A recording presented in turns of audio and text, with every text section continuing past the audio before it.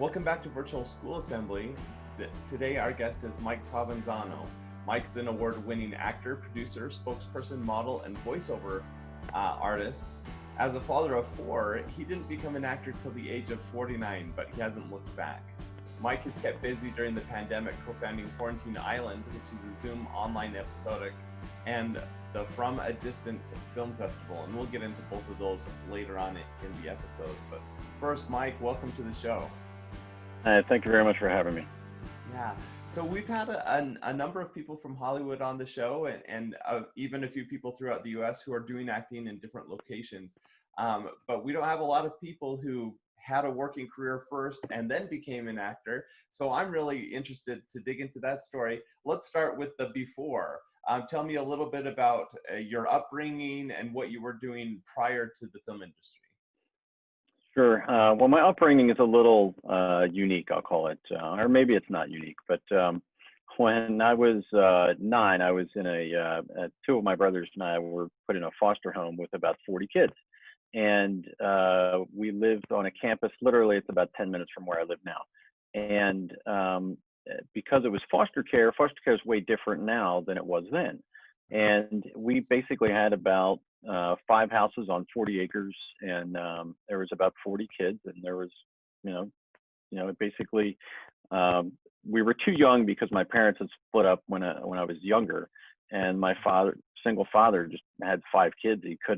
He just couldn't do it all, and so we lived there for about 4 years, and then when I entered high school, we moved back in with my father, and the rest is history. And but right out of high school, I started working. I started working for a computer company when I was 19, and never looked back. I started as a truck driver. Then I was planning on going down the path of becoming a computer technician. And long story short, we kind of changed directions, and I went into purchasing. So I became a purchasing agent for the company, and then I worked my way up to director of operations when they sold the company. After that, I partnered with one of the owners, the previous that I worked for, and we started a computer rental company, and we did that for a while, because just like the computer sales dollars started to go like this, so did the rental dollars. So we got into the audiovisual business, and then we got into webcasting, and I basically had 2 primary jobs in my career.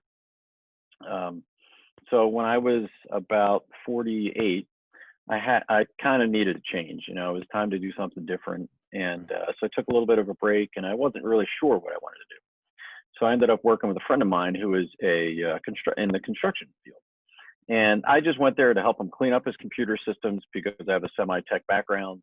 I know what not to touch and what to touch, so I don't break stuff. So I did that for 3 months, and then he basically said, "Hey, do you want to run my production for me?" And I'm like, "Sure, I'll give it a try." I did that for about 9 months, and then I felt like I was going back in that same direction that I was before. Mm-hmm. And so as I was leaving, he had bought a design firm to complement his company, and one of the guys was an acting instructor. And he said, "Mike, you should really check out this school." And I won't use the exact explicit language that I said, but I said, "Are you blowing smoke up my you-know-what?" And he goes, No, for real." So I went to the school, went to an open call with about 50 people. I was the oldest one there, there's no doubt. And then afterwards, the director looked around and said, "We're going to invite 4 of you to the school." And I happened to be one of them. And part of me was, when I was in my 20s, I wanted to do this.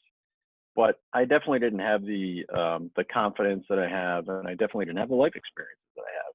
And that's kind of how it all started. So did you do any theater or anything like that when you were younger? So this was Nope, totally nothing. Brand new out of Yep. thin air. Wow. Completely, yep.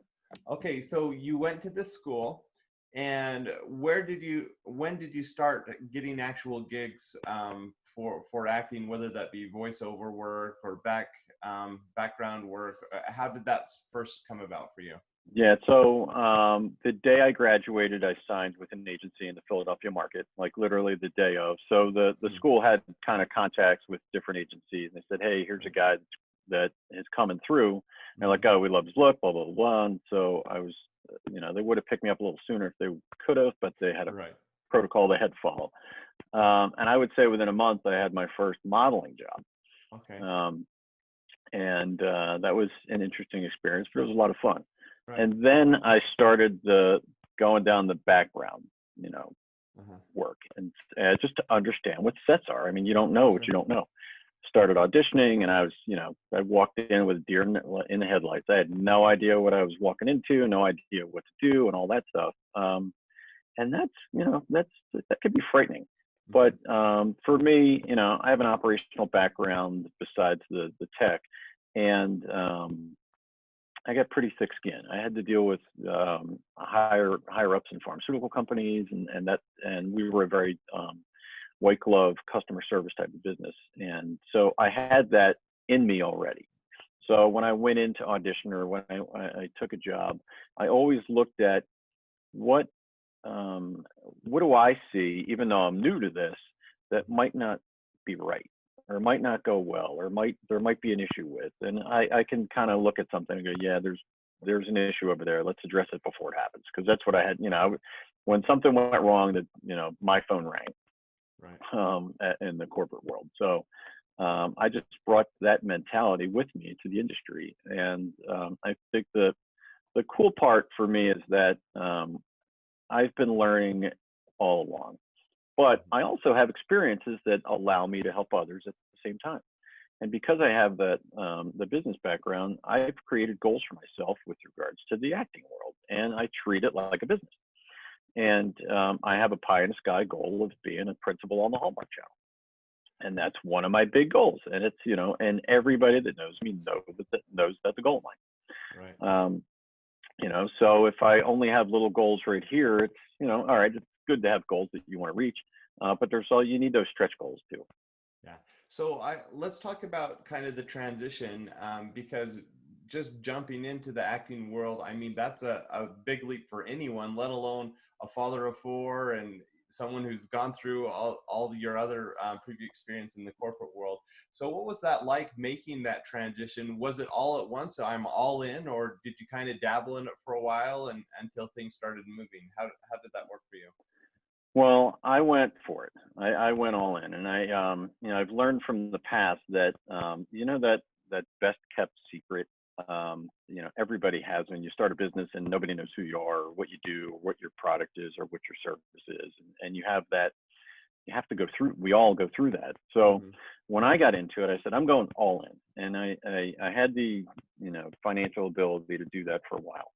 And so what I did, I went this way as far as introducing myself to others. Hmm. I started talking to agents left and right, and I mean I've been hired and I've fired because they just weren't the right fit. Right.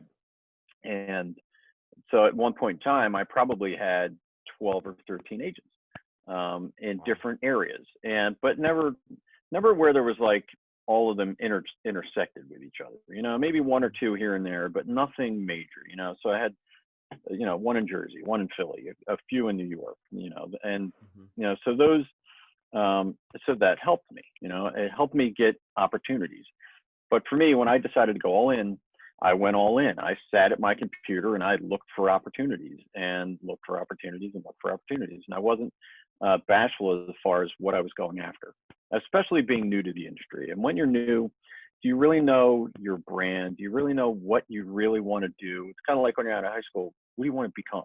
In Hmm. your life, you don't know. And especially when you don't know what you don't know your place yet, because since I never acted before, I had no idea what roles would fit me better. Now I Right. know myself, and I know I'm not a comedian, right? So I know inherently that I'm going to go down a dramatic path, and that's kind of what I did. Hmm. Um, and so, yeah, I literally went all in and spent hours and hours just looking for opportunities. And if there's one thing I could explain to people is, when you want to go after something, if you can go all in, but give it your all. Give it 100%. I don't. People say give it 110%. I said you can only give 100%. Give your Right. 100%. If you have 110%, go for it. But if you got 100%, feel good about the fact that you're giving your 100%, and no matter what it is that Well, so in your case, the 100% is a little interesting though, because without a theatrical background, I mean, you did go to the school, but you're still learning the craft in addition to the business of acting. How did you allocate your time between those two? Like, are you still spending a lot of time working on the craft, or is it mostly making the right connections, auditioning, and doing things like that? How are you spending your time right now? So you kind of have to do it all, because if you're not working on your craft, you're not improving yourself. And that's kind of why I wanted to start Quarantine Island. But we did something before that as well that kind of spurred, hey, I want to do something instead of waiting for somebody to bring something to me saying, hey, are you interested in doing something? I said, let's create something. So a buddy of mine and I called him up and said, hey, I want to create something. He goes, oh, let's do it today. And I'm like, well, not today, but we ended up doing it the next, 2 days later. But it was more of, hey, let's have actors continue to work on their craft, because they can't right now, so we started doing Zoom stuff. And so I've been doing that. I attend meetings every week. It's called the Actors Think Tank, and Rich Henkel's it kind of runs and manages the whole thing. And we've got CDs that come on. We've got different industry experts that come on and just kind of talk for a half hour to an hour, just explaining the industry and kind of the changes and the things that people need to understand about it. And it's really, really helpful. There's a ton of online courses out there, which I'm taking as well. But I'm not, so I'm kind of like, 50-50, I don't even know if I'm 50-50, but I've taken on a new, I'm learning how to do editing. I've learned how to build websites, so I'm doing that now. So because of my tech background, I had to learn a lot trial by error. So I'm kind of doing that still. And it's been fun. So it's definitely a challenge, but there's the nice thing about the courses now is that you can do them from home, so you're not traveling and you're not spending all that time and money in travel. And they're actually less expensive because they understand that everybody's going through the same thing together. Right. So let's talk a little bit more about this. With the Quarantine Island, this is it a course that you're offering to people, or is it just having conversations? What exactly does that look like? It is an episodic. We decided prior to Quarantine Island, we created a program called Zoom for actors, basically. Okay. And it was a spoof, right? It was basically when everybody started using Zoom, we said, hey, let's create a program, not a program, just it was a one-off of showing the mistakes that people are going to make using Zoom. And we made all the mistakes, and it was pretty funny. It ended up being about 15 minutes long. And after that, we're like, well, we can't keep doing that, right? That doesn't make any sense, because that's going to get boring and tiring really fast.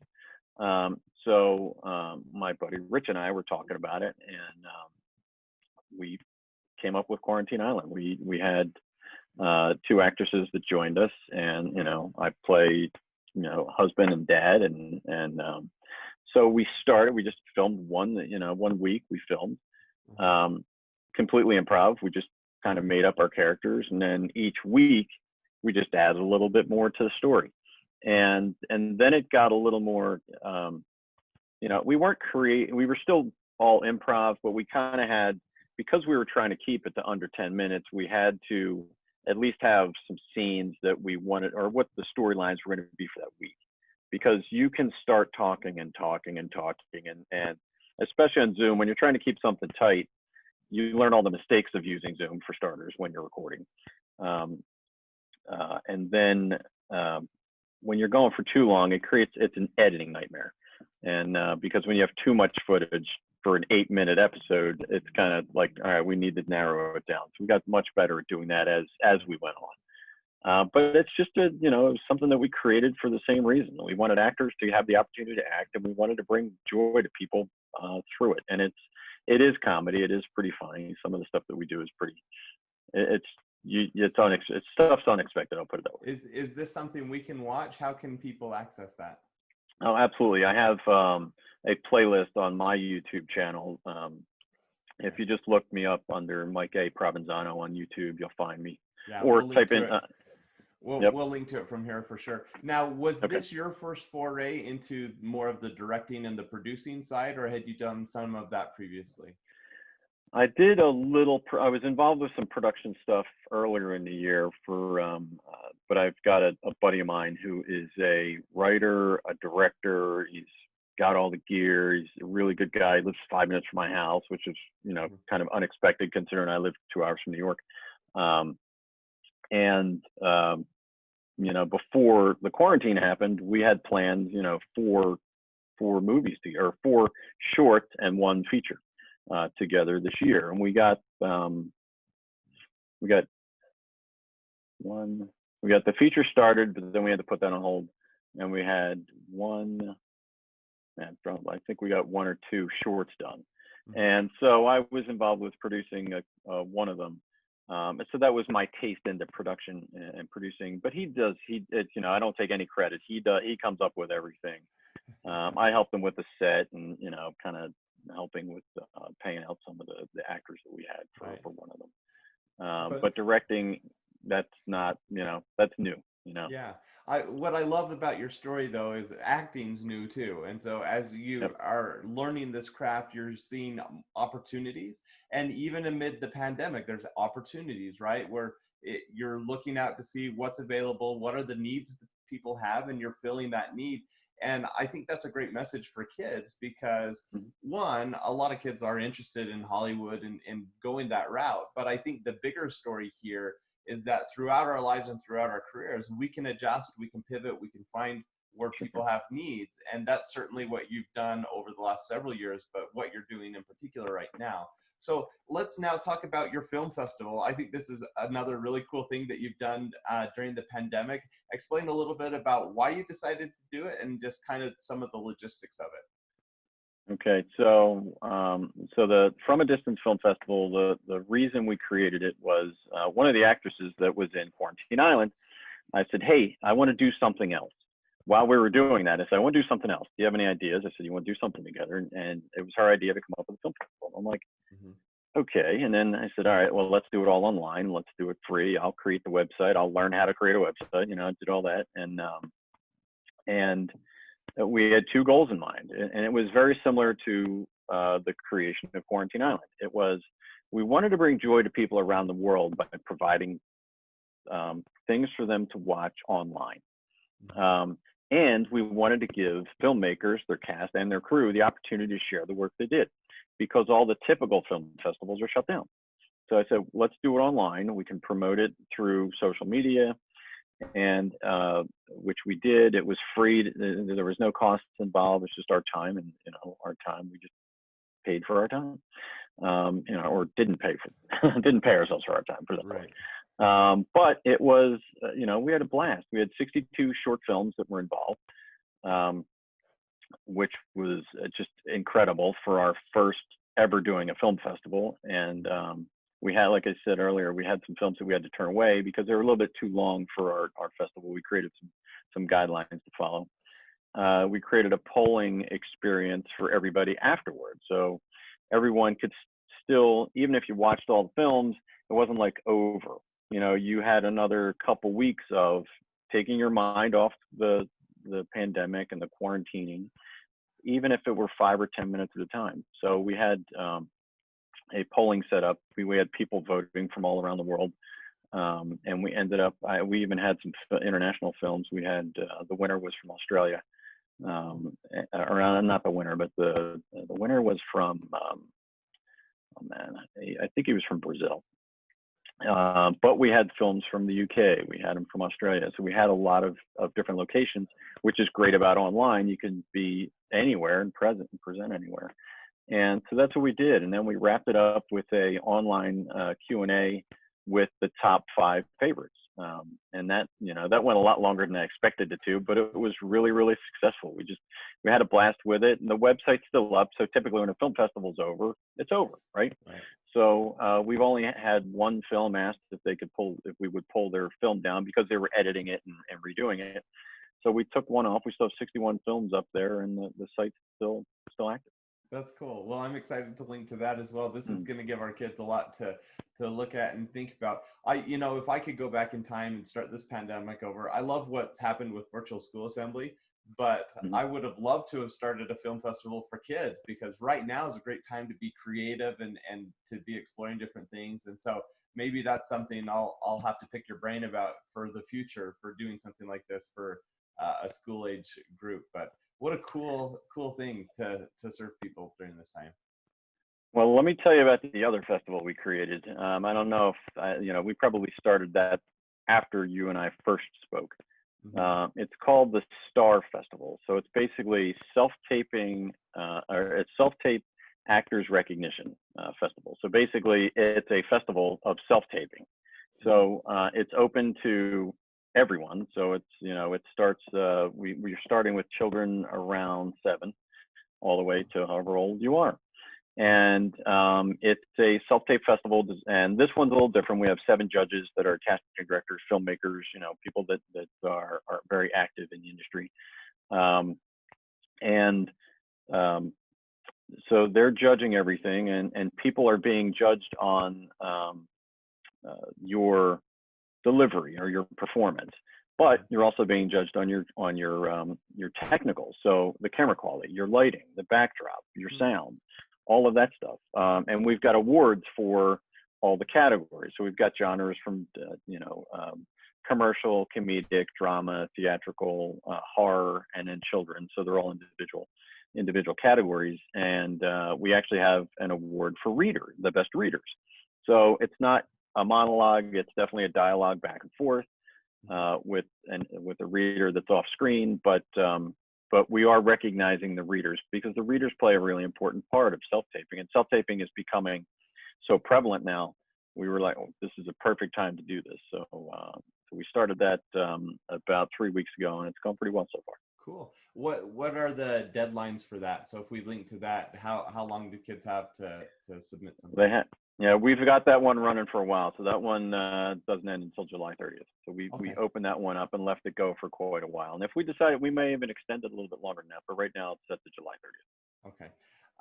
Well, perfect. So as we look back over your life and kind of the lessons learned, what would be your advice to kids that are thinking, well, just looking to the future? I mean, I would normally just ask what's your advice for Hollywood, but I think here more appropriate would be, what's your advice as far as preparing for an uncertain future that's changing and your interests will change?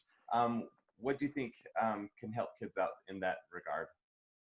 Well, the first thing I would say is follow your passion if you can. Obviously, financial challenges come to play for all of us, but go after your dreams, because if you don't go after your dreams, there's going to be a point in time in your life that you're going to regret not trying something. And it's better to try and fail than it is to regret not trying. We've all heard those kind of statements, but and don't let others impact your decision. If it's something you want to try, find a way to make it happen.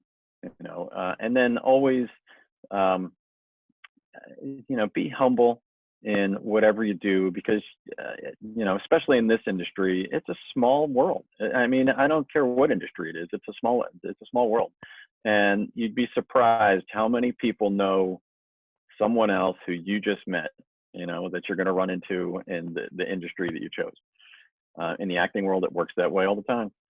So go full force, take chances, take risks, make mistakes. It's okay to make mistakes. Just learn from them and keep pushing forward. And as I was saying earlier, I learn all the time, and I love the fact that there's people out there that are willing to help others move forward in whatever it is that they're doing. So, as I continue to learn, I've been blessed over others helping me along the way, and I love giving it back. If, I toy with, do I enjoy acting more or helping others Mhm. move forward more? And it's one of those toss-ups. So I get to do them both, because when I go to a set, that's exactly what I do. I help others understand that submit. In the acting world, you need to submit for opportunities, and when you land an agent, you still need to submit for opportunities because they're doing 10% of the work. That's why they get 10% of the income. You need to do the other 90. And that's how it works. So I guess real short, don't take no for an answer. I mean, if you fall down, it's okay. Get back up and start over. No one on this planet ever started off knowing it all, started off as a millionaire, billionaire, very successful. No one starts that way. Everyone starts at the same point. But it's how you get and move to get to where you want to get to, and just stay focused and remember to be nimble too, because there's times where, and this quarantine time is a perfect example of it, where I could say I had all my eggs in one basket with the acting world. That came to a screeching halt at the end of March. And you need to be able to just think for yourself and say, all right, what more can I be doing right now? And that's kind of why we've created all the other little things that we've created along the way. And, just if there's one thing, have fun while you're doing it. Have fun, help others, and just go forward. That's awesome. Great advice. And I love seeing the hustle, all these cool things that you've done during the pandemic. It's exciting to see what you're doing now, and I can only imagine what will come in the future. So thank you for sharing your journey with us and for the advice here at the end. I really appreciate it. It's been a pleasure having you on the show today. Thank you very much. It's been my pleasure.